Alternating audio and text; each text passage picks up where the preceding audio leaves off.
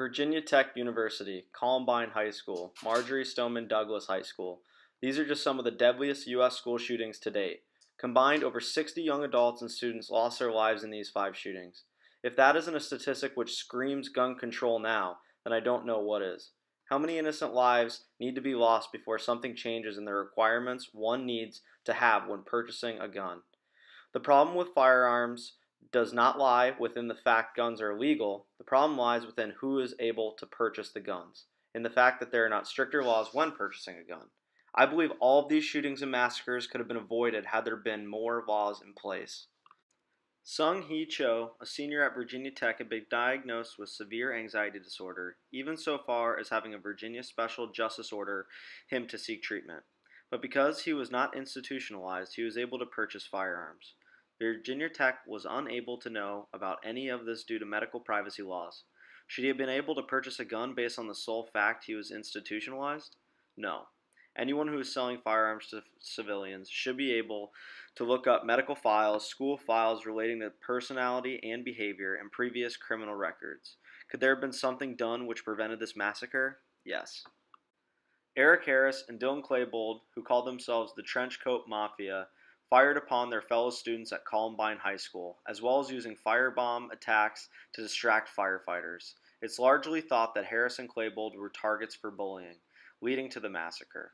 Both Harris and Klebold committed suicide in the attack. There were many signs which pointed to these young men being mentally unstable. Could further review of their home and school life been completed to determine if these young men should have purchased firearms? Yes. Was there a deeper look into these young men when they were purchasing firearms? No. Should anyone who is in high school be able to purchase firearms? No. There needs to be an age limit when it comes to purchasing firearms. If there was an age limit of 21, while like drinking, it would have been harder for these men to have access to purchasing guns, which may have resulted in one less mass school shooting.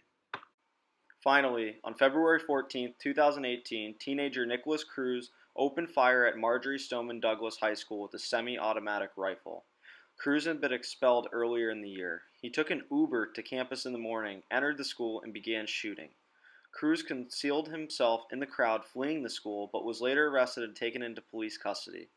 Cruz's motivation was not immediately clear, but there was a YouTuber by the name of Nicholas Cruz who reportedly posted a comment saying, "I'm going to be a professional school shooter," online.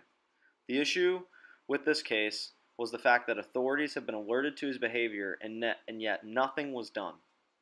Individuals called the FBI tip line saying they feared Nicholas would carry out an attack on their school using a gun. If the FBI had taken this call seriously, this attack would never have happened.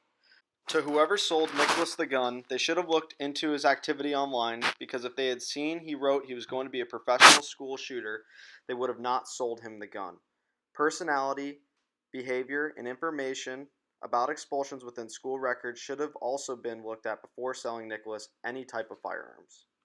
Schools are supposed to be a safe place for students. Without gun laws, it is hard to make schools a safe zone.